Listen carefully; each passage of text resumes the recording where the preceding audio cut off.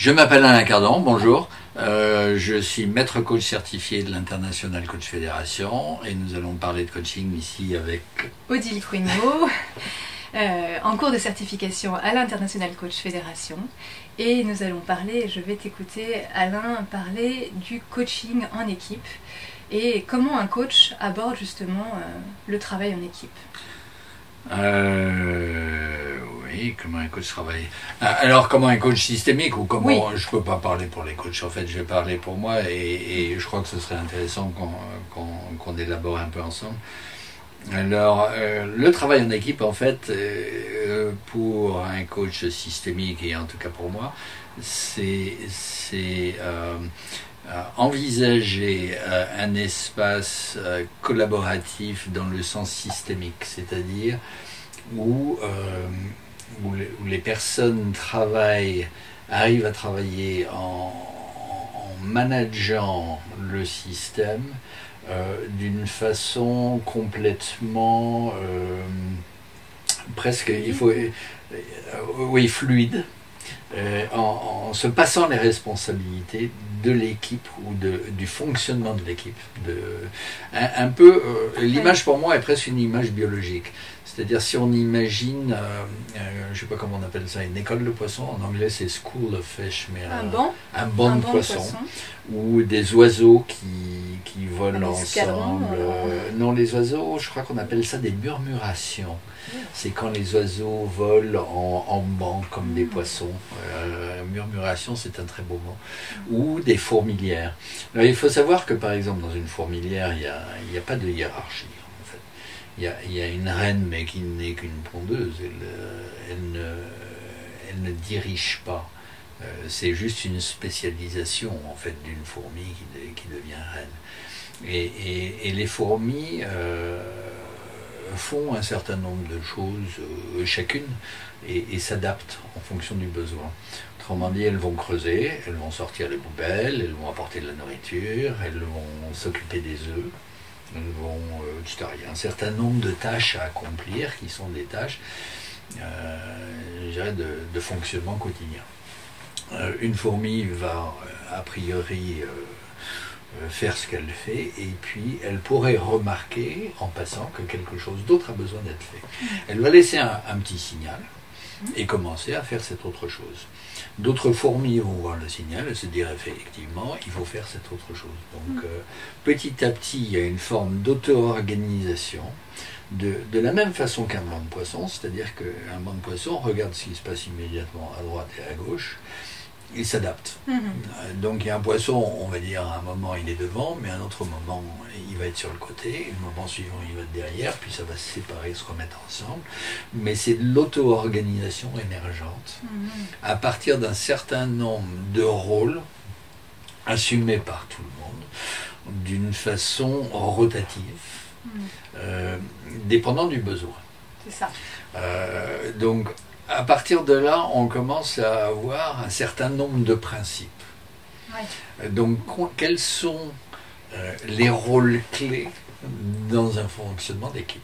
Ouais. Ça, c'est le principe de base. Donc, quand je travaille avec une équipe, par exemple en réunion, il y a un certain nombre de rôles clés à avoir en réunion. Et en fonction du besoin, à la limite, chacun devrait être capable de le faire. Pour être capable de le faire, il faut qu'il assume ce rôle à son tour, parce que les choses bougent continuellement. Donc il y a toute une série de choses éventuellement à mettre en place ou à laisser émerger en fonction des besoins, on pourrait dire, de fonctionnement, et ça c'est plus, je dirais, des besoins donc fonctionnels, c'est pas opérationnel, quelle que soit l'équipe en fait. Si elle fait des réunions, ça peut être une équipe d'exportateurs ou de mineurs ou que sais-je, quels sont les besoins fonctionnels qu'une équipe doit savoir faire, et donc que les membres doivent savoir faire à tour de rôle et se passer la balle Pour que la réunion soit efficace. Pour que la réunion soit efficace. Alors ce qu'on voit en général dans les organisations, c'est que les rôles ne sont absolument pas connus, ni pris au sérieux, ni partagés entre tout le monde, ni assumés par chacun. À la limite, il y a des réunions, on se demande comment ils se passent. Il y a toujours celui qui est stressé par le temps, celui voilà. qui se fout royalement du temps. Il y a surtout souvent le patron qui porte tout. Oui. Donc c'est la personne à qui on délègue tout dans l'organisation, puisque dans la réunion, c'est le patron qui s'occupe de tout. Oui. C'est toi qui décides. On peut lui dire, de toute façon, c'est toi qui as décidé. C'est toi qui décides, et puis après, on lui dit, c'est toi qui as décidé. Oui, enfin, il y a tous ces phénomènes de délégation vers le haut, alors que si on regarde au niveau des systèmes dans la nature, ben, il n'y a pas de haut à qui déléguer, et ça marche 4 fois mieux. Il y a des fourmilières qui traversent des pays. Il y a des fourmilières où il y a des milliards de fourmis organisées sur des kilomètres carrés.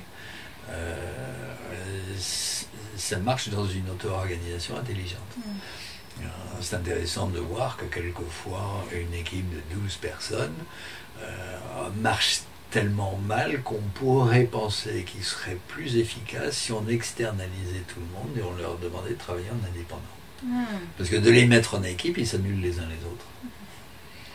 Alors que normalement, travailler en équipe, ce serait le contraire. Mais il y a des équipes qui sont plus inefficaces ensemble que si on séparait toutes les personnes et on leur demandait de travailler chez elles. 1 plus 1 égale 0 voilà. Au lieu de 1 plus 1 égale 3. Ouais. Quoi. Donc voilà, certains principes de... Mais alors du coup, si on va jusqu'au bout, finalement le manager dans cette équipe-là, il fait quoi ? Le manager n'est pas censé faire la loi dans l'équipe au-dessous, il est censé participer dans l'équipe au-dessus. Le manager est censé savoir déléguer ce qui se passe dans l'équipe, il n'a pas à rester à la maison s'occuper des enfants, il a à participer au système supérieur dans quelque chose de stratégique. Si on considère qu'un manager doit plutôt être aspiré vers le bas, parce que les gens au-dessous, on leur délègue rien, on est en train de décrire une certaine conception des organisations.